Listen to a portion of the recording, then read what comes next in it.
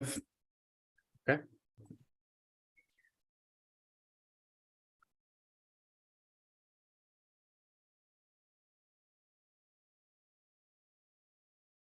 Good early afternoon, everyone. I'm going to let everybody roll in. Sorry for getting started a little bit late, dealing with some technical difficulties, but got those resolved now. And we'll get started in just a moment.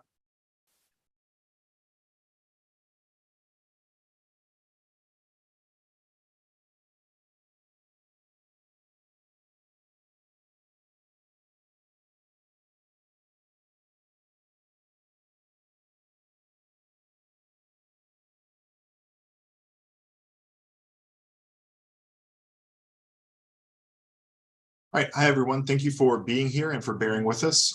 Today we have our next World Affairs Council of St. Louis sponsored our Great Decisions event, co-sponsored with UMSL Global. As a quick reminder, these events are sponsored by the World Affairs Council of St. Louis, and they are not possible without the support of the membership of the World Affairs Council of St. Louis, which is a 501c3 nonprofit dedicated to improving connections between the St. Louis metropolitan region and the world, offering programs which promote understanding, engagement, relationships, and leadership in world affairs. Please consider becoming a member. Today we have with us Henry Stevenson, a graduate of the U.S. Naval Academy, and who served as a U.S. Navy captain, who now works within the cybersecurity sector to talk about Iran at a crossroads. With that said, I will turn it over to you, Henry. Okay, thanks, Stephen. Appreciate the introduction, and thanks to the World Affairs Council for inviting me to participate. As Stephen said, I retired from the Navy. That was in 2020 after 25 years as an intelligence officer. I want to make it clear that I am not an expert on Iran, but my former career did put me in contact with that country on several assignments. In fact, this old photo is from my first tour as an intel officer in 1997. It was shot from the bridge wing of a British destroyer monitoring an Iranian exercise. The vessel in the background there is the Kilo-class submarine Yunus, which Iran had just purchased from Russia. So you might ask why I was on a British destroyer. The reason was that an American ship getting this close would likely have drawn some sort of an Iranian response. The Iranians had a much greater tolerance of a British presence. In fact, later in the exercise, we passed by an Iranian frigate, which unexpectedly rendered us honors. I was impressed that the Royal Navy crew was able to return the gesture in time. And one reason I tell that story is that it bundles the irony of how the Islamic Republic's more cordial relations with Britain, as opposed to the United States, is sort of incongruent with where history seemed to be headed at the end of the Second World War. It also highlights important cultural distinctions between Iran's regular armed forces, the Artesh, and the Revolutionary Guards, or the Pasdaran, who would have been much less inclined to professionally acknowledge Western warship in the Gulf.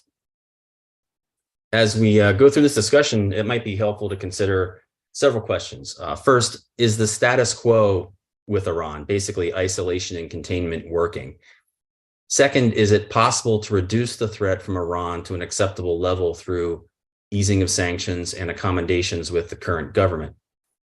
If no progress then with the current regime is possible, should the U.S. and our partners take a hands-off approach and await changes in Iran's government from within, or should we take a more active role? With that, well, I would say note that U.S. policy has had elements of all three of these historically. So with that, let me outline what I thought I would present today. First, we'll take a look at the ethnic and religious geography of the region, which are important factors in Iran's domestic and foreign policy. I'll spend the bulk of the time probably with a survey of some key events in Iran's modern history centered on relations with the US. And toward the end, I'll try to connect some of the more recent events with Iran's current military capabilities and outlook. So let's take a look at ethnicity. This is an older graphic, but not much has changed here. A few things to point out. What really stands out is the uniformity of the Arab populations, through the Arabian Peninsula, the Levant, in Northern Africa. And contrast that with how complicated it gets when you get up into the northern Levant and Iran. Look at that mix of different ethnic groups. Some things to note, probably most significant is that patch of yellow that crosses the Shatt al-Arab waterway and is in Iran.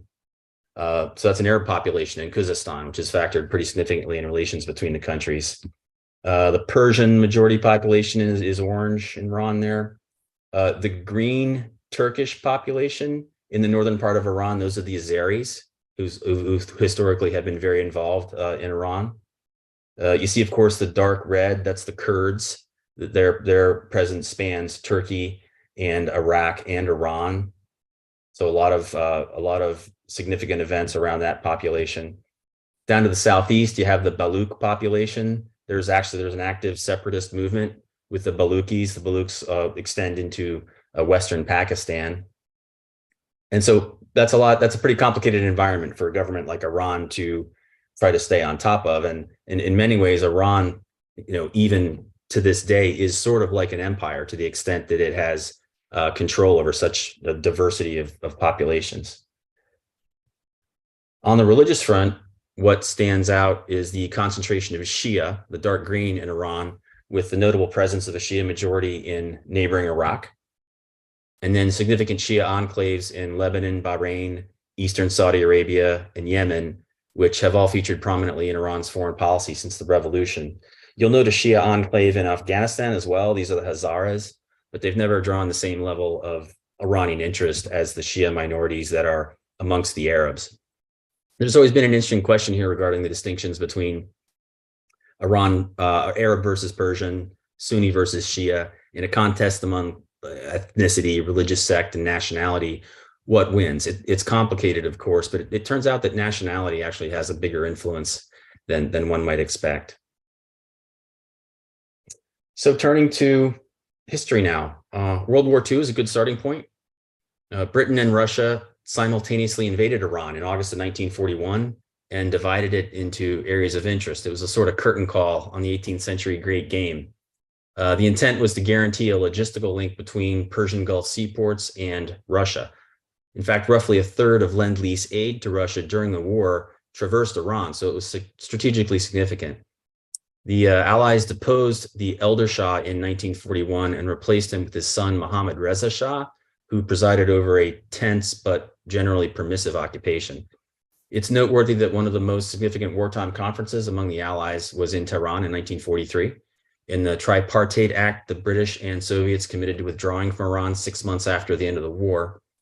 The British honored this commitment, but the Soviets, having spent the war years building a communist party in northern Iran called the Tudeh, were less willing to leave. The Iranian protest to the new United Nations Security Council after the war was the first petition to that body, but it turned out it was US posturing that eventually persuaded the Soviets to depart in 1946. This sequence of events put the US and Iran under the young Shah on a pretty positive trajectory. Iran's relations with the UK, however, were poisoned by Britain's exploitation of Iran's oil resources under the Anglo-Iranian Oil Company, which we now know as British Petroleum, or BP, with origins predating the First World War. The company's treatment of Iran was, I would say, maybe the apex of Western imperialism. The terms of the concessions that the British extracted from Iran, usually taking the form of the Shah selling off these resources for a pittance, combined with the company paying minimal wages to Iranian workers and accounting malfeasance by British administrators, achieved pretty striking levels of exploitation. If we had to choose a single cause for the Iranian Revolution in 1979 and all that followed, it would not be the United States, in my view. It would actually be the Anglo-Iranian Oil Company. Now, the Truman administration was genuinely opposed to these artifacts of Western imperialism after the war. At the same time, the British were intent on retaining the benefits of an empire that they had just defended at great cost. This is the geopolitical context for an interesting early phase of the Cold War in which the US and the UK were somewhat at odds, and that would culminate in the Suez Crisis of 1956. But let's back up to 1953 for the moment and the Mossadegh coup. Worth spending some time on. Since 1906, Iran has had a legislative assembly called the Majlis. Elections have often been rigged, and unelected clerics exercise almost total control now. Yet Iran has a persistent culture and constitutional infrastructure of democracy that is still relevant. Mohammad Mossadegh's National Front took form after the Majlis elections of 1949, with nationalization of Iran's oil being the main issue. This is the start of an unfortunate chain of events in US-Iran relations that reverberates to this day. So the background: post-war Britain was dependent on oil revenues from Iran and rebuffed all attempts by Iran to renegotiate those oil concessions. The Shah, who always believed his rule depended on foreign support to some extent, sided with the British. This was very unpopular with the average Iranian. The US wasn't comfortable with the situation either between Britain and the Shah, as it seemed to play into communist narratives of Western exploitation. At the outset of Mossadegh's rise, the US actually viewed him as an antidote to communism. Then something happened in 1950. It was the Korean War. Containment of the Soviets suddenly took on a more direct form, and Britain could even threaten to reduce its commitment in Korea if the US opposed it in Iran. So with that, US calculations became less idealistic and a bit more pragmatic. Noteworthy that by 1950, US oil firms in Saudi Arabia had agreed to a 50-50 profit-sharing split, which is a dramatically better terms than what the Iranians had. The British refusal to reciprocate that further undermined potentially pro-British moderates in Iran, and it energized calls, obviously, for nationalization from the radicals. In 1951, Mossadegh became prime minister and right away nationalized Iran's oil infrastructure. Now, still at this point, the Truman administration favored Mossadegh, valuing a legitimately democratically elected popular leader. But now the situation started to become unstable. The British planned an invasion. They deferred this option, but they did implement a blockade and sanctions, which were effective. The populace became impatient with the dispute with the British, and opposition to Mossadegh began to rise. That led Mossadegh to become more daring. He raised the stakes. In 1952, he rigged the Majlis elections to win a majority, then staged a confrontation with the Shah over the appointment of a cabinet minister so that he could resign when the Shah denied the appointment. He did resign, and the prime minister chosen by the Shah as a replacement threatened to reverse all of Mossadegh's policies. This triggered widespread demonstrations to restore Mossadegh, sort of a snapback. The Shah was forced to back down and had to reappoint Mossadegh as prime minister. So at this point, Mossadegh, through some shrewd calculations and bold actions, had essentially dethroned the Shah and ran Iran almost as a dictator. This is a little bit different from the popular myth in Iran of Mossadegh as this pristine Democrat. So anyway, Mossadegh is ascendant. The British were now okay with a 50-50 split of oil revenue, but Mossadegh refused. This was an irrational decision. It fed concerns among Western leaders that Mossadegh had highly ideological aspirations beyond Iran's immediate self-interest. Here it's worth noting something else going on at the time that shaped Western policy: the Egyptian Revolution in 1952. Mossadegh started to look like Nasser a little bit, a populist who would replace a compliant monarch and then maybe lean Soviet. At this point, the British started to prepare a coup. Mossadegh, getting wind of this, expelled the British, and then the British approached the CIA. And now Mossadegh made really what was the fatal move, which was he threatened explicitly to turn to the Soviets. And that was it. So now the CIA launches Operation Ajax. Won't go into the details, but basically through a combination of fake news, paying protesters, making the right contacts with the opposition to Mossadegh, eventually led to his public uprisings against him and his removal. And the Shah was restored to power and a more compliant prime minister appointed. So to review all that, I know it took a while, but the US came out of World War II with what we might call honorable intentions in Iran. But the Eisenhower administration's apprehension of a populist leader in Iran who might align with the Soviets ultimately carried the day, and it led the administration to restore the Shah. On the upside, that bought the ally of the United States, a key ally for 25 years.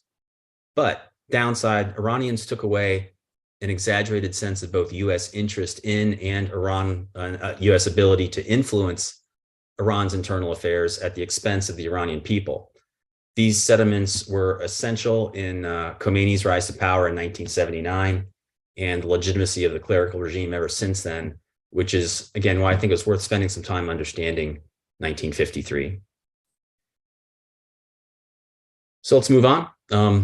After 53, obviously, there's a lot of Iranian history we could discuss. I'll be brief, some key points.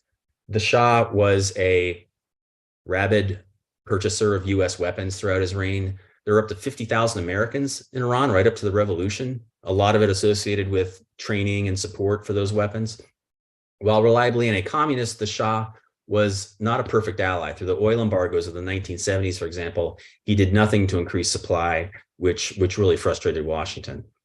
The Shah's attempts at modernizing Iranian society and the economy were commendable in some respects and saw some successes, but generally they alienated large segments of the population, especially the clerics. And you have to mention Savak, the Shah's secret police and internal security service, which was especially hated and feared by the population.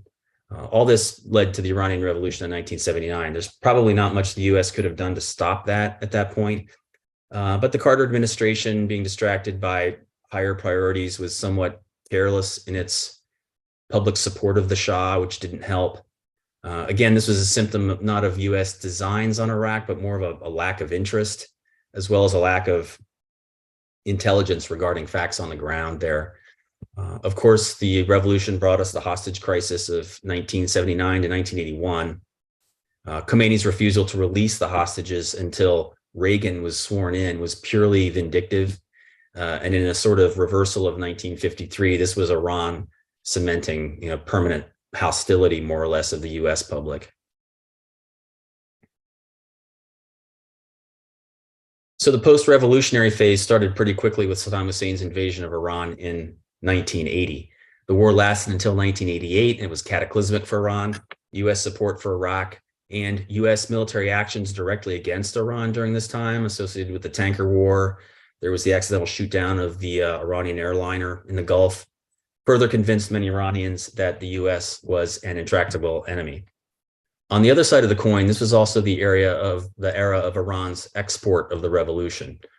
Most significantly, Iran started Lebanese Hezbollah. That was the organization that bombed the US Marine Corps barracks in Beirut in 1983. The Iran-Contra affair in the 1980s represented a sort of outreach to Iran, but was also born of Cold War calculations. If the US didn't sell weapons to Iran, the Soviets surely would.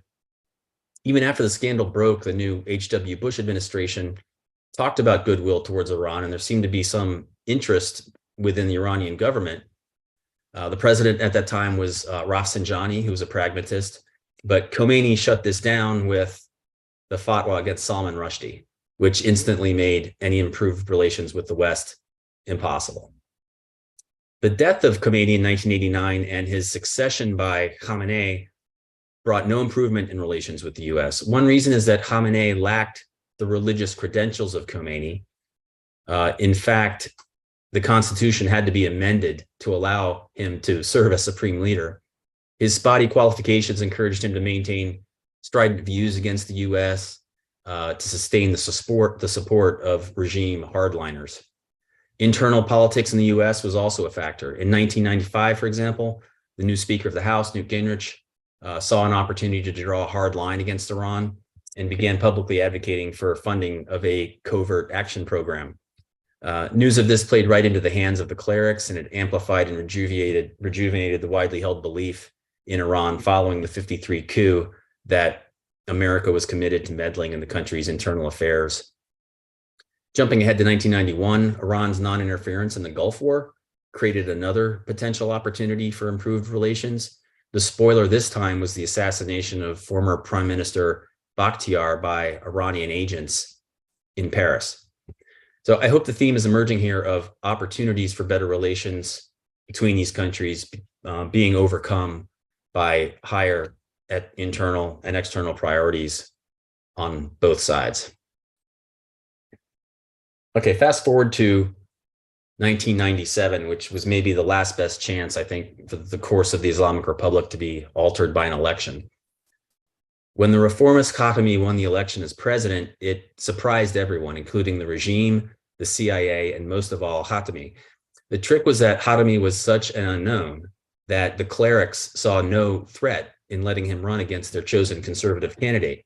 But with just a few weeks of campaigning, precisely because he had shown some reformist tendencies, but was otherwise a mystery, Iranians made him into the reformist leader they wanted him to be. After the election, the Clinton administration made some of the most significant goodwill gestures towards Iran since the Shah. They relaxed visa restrictions on Iranians. They listed the leftist anti-regime group MEK, which was based in Iraq, as a terrorist organization. They lightened sanctions, which allowed Iran to import parts for their Boeing aircraft that they had purchased during the Shah's era. They delisted Iran as a narcotics state. They sent a US wrestling team to Tehran for an event. And Clinton himself even voiced a semi-apology for American interference in Iran.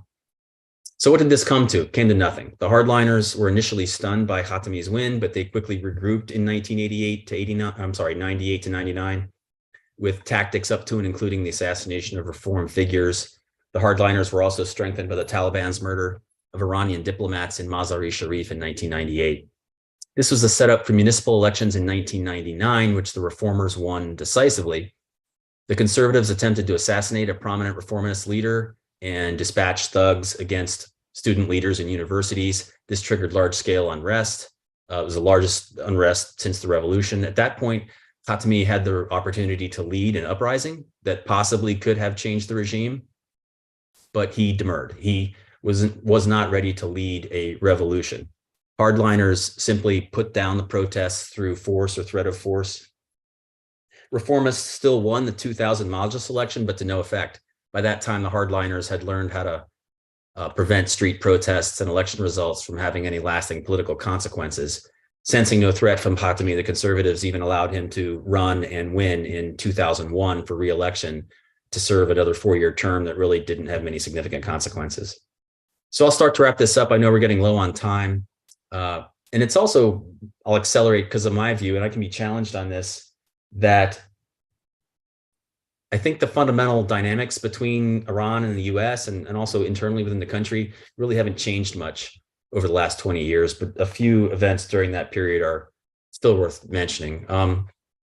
So again, quickly, in 2001 and in 2003, Iran stood by during the US-led attacks on Afghanistan and then Iraq. In both cases, Iran stood to gain from the removal of those regimes. Iran became involved during the subsequent insurgency in Iraq, most visibly by providing explosives and other support to Shia militias that were attacking US forces at that point. And they made those attacks much more lethal.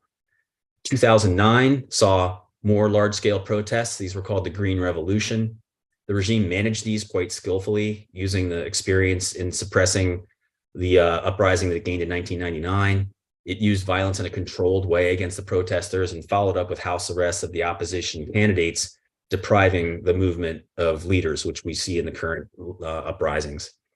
In 2013, Rouhani, a moderate, was elected president. He served until 21, but he was never able to achieve much better. I mean, he achieved some slightly better relations with the West. I mean, most notably the JCPOA, the nuclear agreement. But Rouhani was never really a threat to the regime or its basic foreign policy. In 2014, the war against the Islamic State ramped up in Syria and Iraq. It was an interesting period in US-Iran relations with shared interests actually in defeating ISIS, yet diametrically opposed interests with respect to the Assad regime in Syria. In any case, Iran built significant operational experience in that conflict, including employment of UAVs for reconnaissance and strikes, as well as ballistic missile strikes into Iraq. Also around this time was the escalation of Iran's involvement in Yemen, where it supported Houthi rebels against the Saudi-supported Yemeni government. Iran provided significant military capability to the Houthis that allowed them to strike into Saudi Arabia and threaten traffic in the Red Sea. In fact, Yemen became a kind of proving ground for Iranian military equipment. One manifestation of this was the 2019 strike on key oil terminals in eastern Saudi Arabia by Iranian drones and cruise missiles. This was a period when Iran was willing to engage in very risky, aggressive behavior to push back against the Trump administration's maximum pressure campaign. There's still questions about the origin of the strikes, I guess, whether from Yemen or from Iran. I'm personally fairly convinced they came from Iran. But in any case, it was a significant demonstration of capability and willingness to take risk. Iran's progress in these technologies gained in Yemen is also a factor in their ability to export drones to Russia for the war in Ukraine, which is a pretty remarkable reversal of the usual flow of arms that we see. On the theme of Iran's external relations, we must mention the killing of the IRGC Quds Force commander Qasem Soleimani in 2020 by a US drone strike when he was in Iraq. This would be the equivalent of a foreign power assassinating our director of the CIA during a trip to Mexico. Soleimani was a very popular figure in Iran, and his killing convinced many Iranians that the US, remains a pretty aggressive and unpredictable adversary. So last slide, these surveys of Iranian public opinion, to continue that theme, were from 2019. The downward trend in positive views toward the US compared to 2005, I'm sorry, in the left-handed graphic is evident there. Notwithstanding whether the strike on Soleimani was justified, it could only have accelerated this trend in public opinion. So not too long ago, the US was polling pretty well in Iran, but as of recently, that has gone in the wrong direction. You can see that US rather, in the right-hand graphic, is a solid first place in the most disliked foreign country among Iranians. Again, that's a 2019 poll. One final note, there's one noteworthy event since the Great Decisions reading was published. It was the March agreement between Saudi Arabia and Iran, brokered by China to restore relations. I think this is probably good news for the region, maybe even for the US. It could be the first step of both sides, the Saudis and the Arabs, backing out of the conflict in Yemen. And if the US ever did find a path toward better relations with Iran, it would be desirable, maybe even necessary, for our Arab partners to be comfortable with that. Israel's comfort level, of course, would be a different story. So that's what I have, Stephen. I'm happy to turn it over to the group for discussion and questions. And a good first thing to think about, is Iran really at a crossroads right now? Or is this just Iran? Yeah. So I think that's actually a great question. And I think sort of looking at the historical events as you lay them out here, it seems like this is almost a cyclical thing, like once every decade or couple of decades, there's some, wellspring of unrest. The regime mostly figures out how to handle it, and then it kind of goes away. So when I think of Iran and Iran being in the news, probably over the last decade, there are two or three things that really jump out. The first is the Obama administration and the non-proliferation agreement, and the treaty that was signed, all the sanctions, things like that Trump then unilaterally pulled out of. It's interesting to me, although perhaps not surprising, that in 2005 we were dealing with Saddam Hussein and Iraq, and were pretty clearly more focused on them than we were on Iran, and meddling in Iraq more than we were in Iran. And so it doesn't surprise me that Iranians' positions were more favorable, because they didn't, as you mentioned, like Saddam Hussein very much either. And then Trump unilaterally pulls the US out of the Iran nuclear deal, putting a bunch more sanctions back in place, using this maximum pressure campaign. So it's not surprising to me that poll numbers drastically fell in Iranian public opinion towards the US. Yeah. I think it's probably pretty justified. Yeah, I'd agree.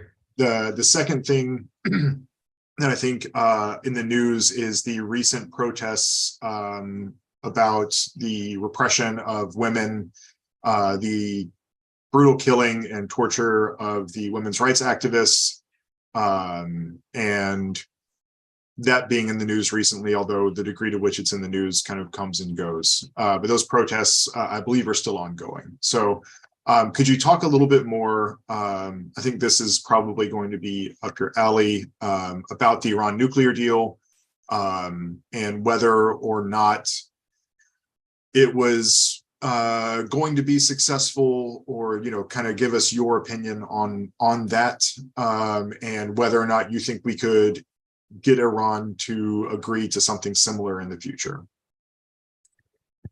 Yeah, good question. I'm usually pretty opinionated on things, and while JCPOA was being negotiated and renegotiated, I really tried to come up with a solid rationale for supporting it or not, and I just couldn't get there. I mean, I was neutral from start to finish on JCPOA. It had its advantages, had its disadvantages. To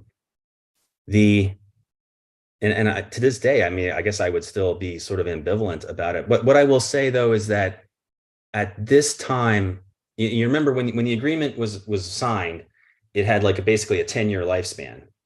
And we're pretty darn close to that 10-year lifespan already. Right. We might get something out of being able to extend it. But the fact is, Iran, last time I checked, had already enriched something like 80 kilograms of uranium up to 60%. There's only one reason to do that. It's to make a weapon, or to present the threat of being able to get to a weapon in a very short time frame.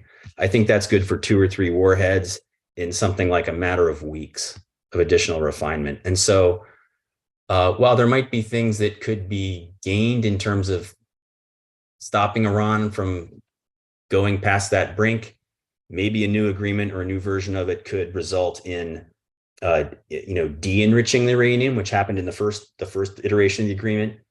That might be out there as a possibility. But in the big scheme of things at this point, I'm wondering if the time for JCPOA has sort of passed.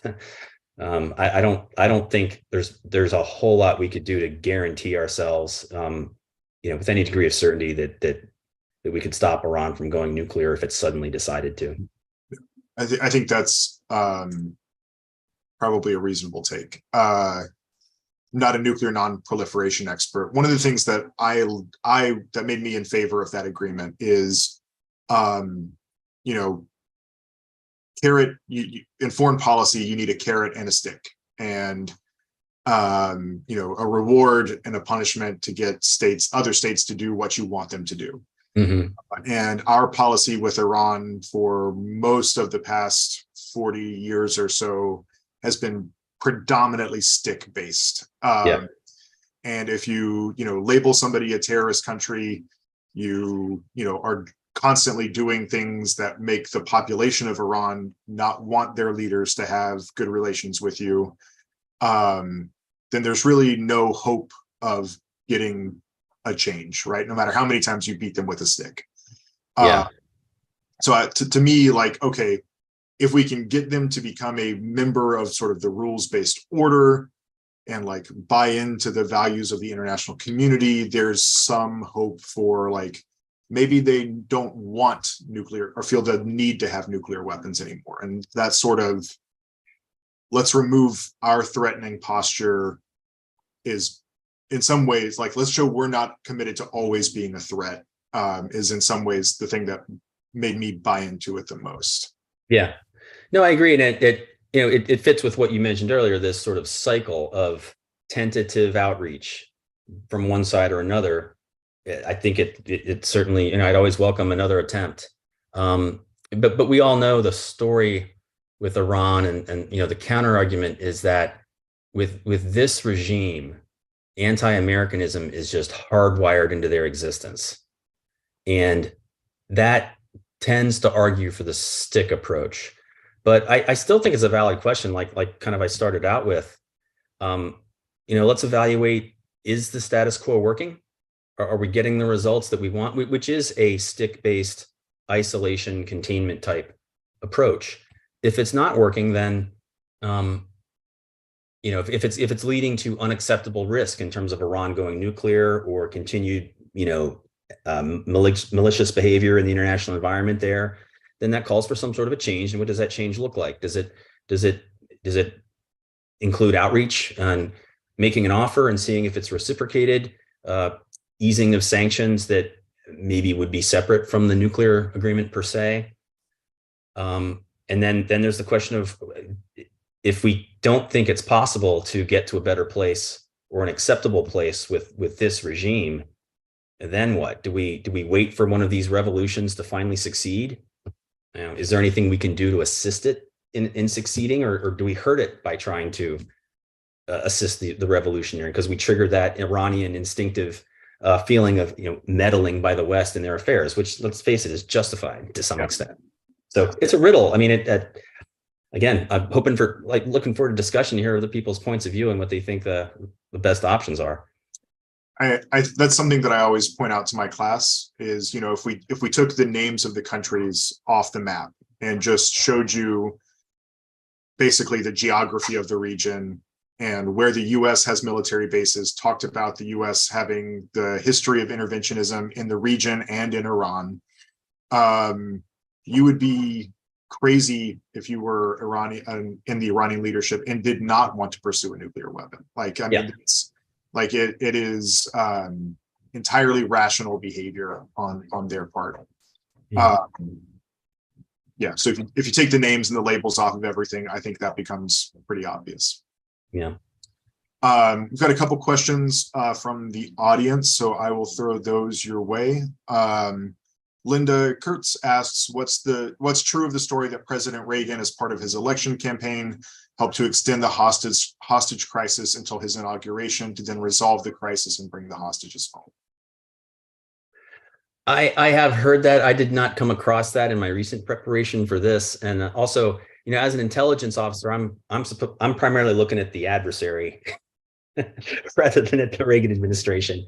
I mean, the narratives that I read didn't. I would just say that they sufficiently explained it in terms of Khomeini's motivations. That the ability to stick it to the Americans by holding our diplomats there for 444 days, it was just too sweet of a candy for Khomeini to step back from. Although eventually people in the regime were starting to say, okay, I think we've let this run its course. It's time to let it go.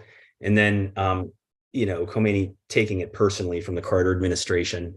I guess it makes sense that Khomeini would decide that, okay, the day we're going to do this is actually the hour we're going to do this, and the release is when Reagan is sworn in. So I mean, it was just pure vehemence from the Ayatollah there. So I don't know. I'm sorry I can't give a better answer to the question. But again, no knowledge on my part of whether the Reagan administration encouraged that.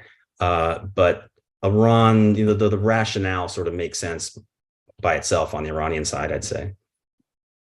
Great, thank you. I came across something fairly recently about that. Just saw the headline about it being more or less some kind of conspiracy theory and that there wasn't a lot of evidence, although it certainly is one that you look at and you're like, oh, okay, yeah, that definitely didn't hurt Reagan at all. Right. Yeah. I got a question from Kim Kern. Please discuss the role of women in Iran, both historically and today. The other big event that I mentioned was, aside from the nuclear deal, the current protests that have been going on for, I believe, 8-ish months, so almost a full year, varying degrees of intensity, but fairly widespread, I believe, throughout Iran. Yeah. Well, again, it's not my area of expertise. I will say that in the Shah era, part of his modernization efforts were around liberation of women, which in turn was part of the pushback from the conservative clerical establishment and certain parts of the population. Moving into the Islamic period, of course, I mean, you had this. All the restrictions on everyone, but especially on women that we see within Iran. And I guess the other thing to say is that I think the society is definitely on the side of the women and the modernization. Throughout these uprisings, a theme has been taking off the veils, right? Iranian young people, especially, and we need to remember that Iran's population is extraordinarily young.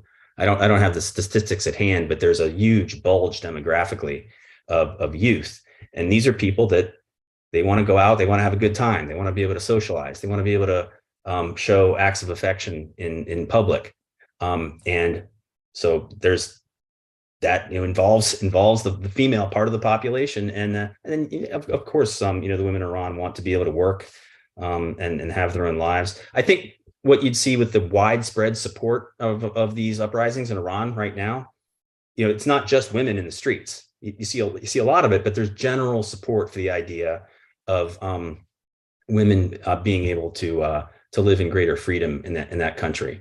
So hopefully that is some sort of accommodation that even this regime could loosen up a little bit. I mean, that to me does not seem like that endangers the legitimacy of the Islamic Republic or present a threat of foreign intervention. So I don't know. I'm optimistic that you might actually see some changes in that regard, like, for example, you've seen in Saudi Arabia. One thing that I found really striking is one, how widespread the protests were and the level of general support there. I think that was pretty important. I think the regime noticed, like, hey, this is bigger than we anticipated it being, because they actually did immediately, or almost immediately, say, like, hey, we'll get rid of the special police unit that's dedicated to, like, enforcing morals, right? Specifically targeting women and headscarves. And yeah, so I think that they were even able to get that concession publicly, whether they actually disbanded it or just sort of reorganized it and shift everything around. Like, it's a different part of the equation, but Right. That they were able to get a public, facing concession, I think is pretty, that's something worth recognizing. Like, that is some progress being made and an indication of the level of threat that the regime felt from inside. So I think that's something that's really important. Another question, or did you have, I couldn't tell if you were about to say something in response to that, or if. Nope. Okay. Go ahead. Next question from John Lewington: is there hope for better relations between Israel and Iran?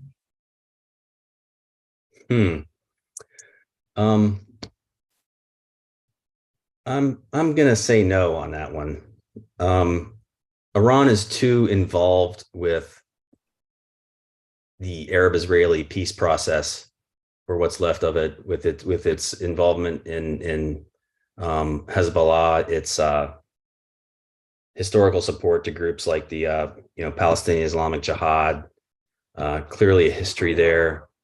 And this is where the nuclear weapon thing is a factor. It's when at the level of the U.S. and the Soviet Union or Russia, when we talk about nuclear weapons being kind of reserved for this almost unimaginable doomsday scenario, in Israel, the prospect of a nuclear weapon being used against it is much more real, and it's much more imaginable. And so this is going to be interesting if Iran does start edging closer to a weapon, or heaven forbid, breaking that threshold and becoming a nuclear power.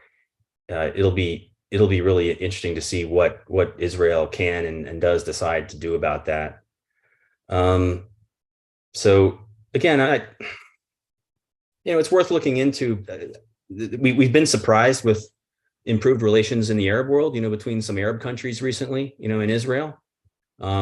We forget that sometimes, Jordan and Egypt, Arab countries, are on very good terms with Israel.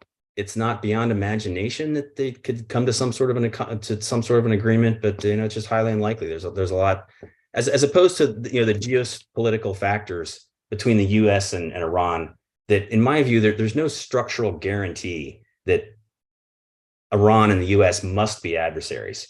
It's sort of an accident of history and the way that regime, sort of the origins of that regime. and the path of the Cold War and so forth. If you look at Iran and Israel, you have a lot more things that resemble hardwired structural reasons why those two are never going to be close.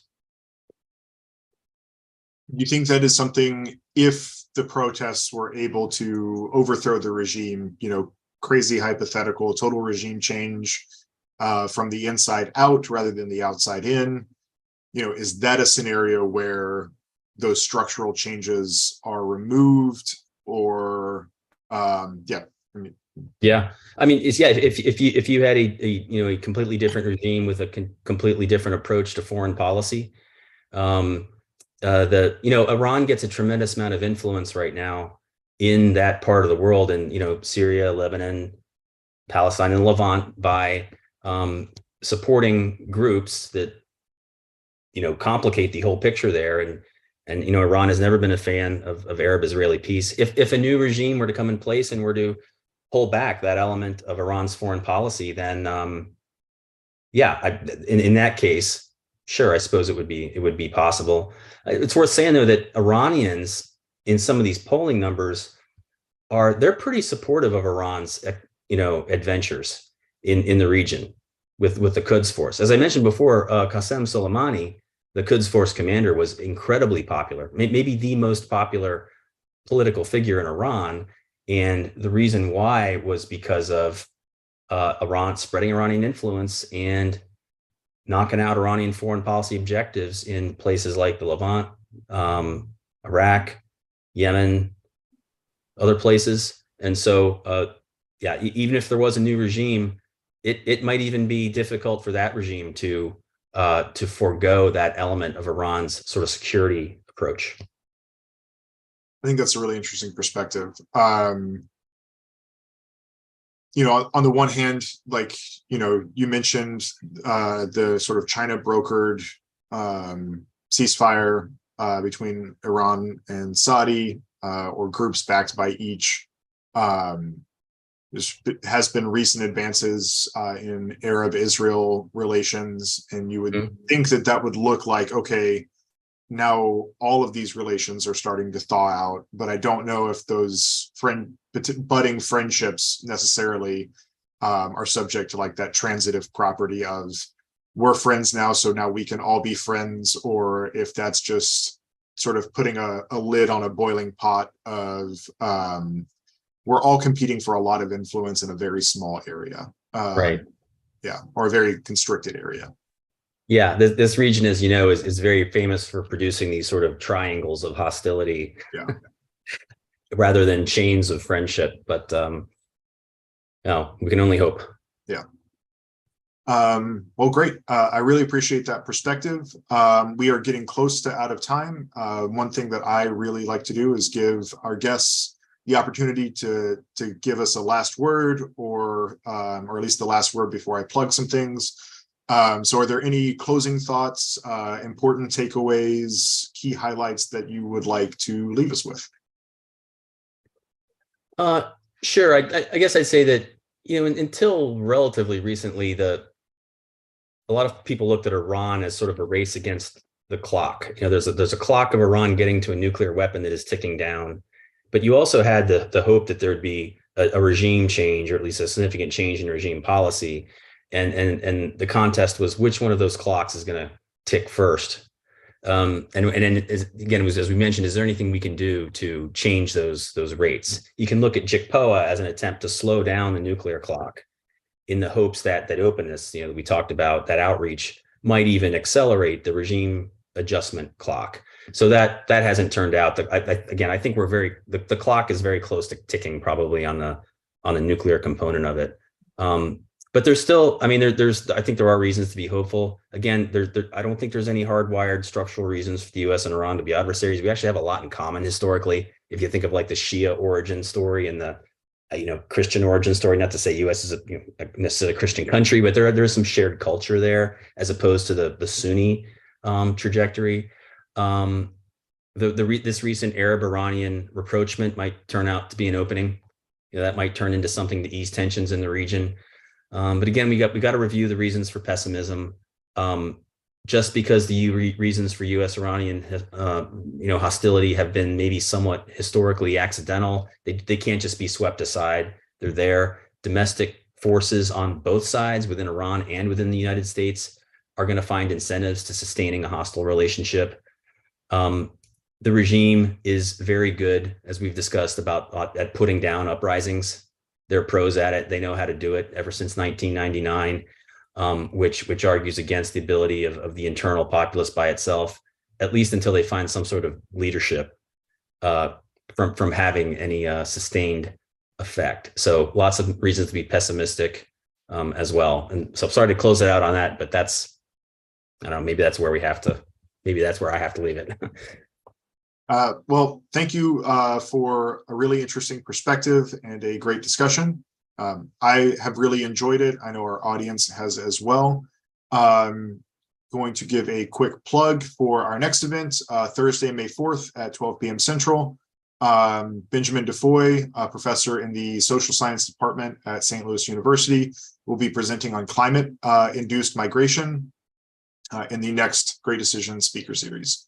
Want to again thank our sponsors, the World Affairs Council of St. Louis and UMSL Global, and remind everyone attending that these events are only possible because of the memberships and the support of the members of the World Affairs Council of St. Louis. Hope to see everybody next week. Henry, once again, thank you so much for being here and for your time and expertise. Thanks. I enjoyed it. Take care, everyone.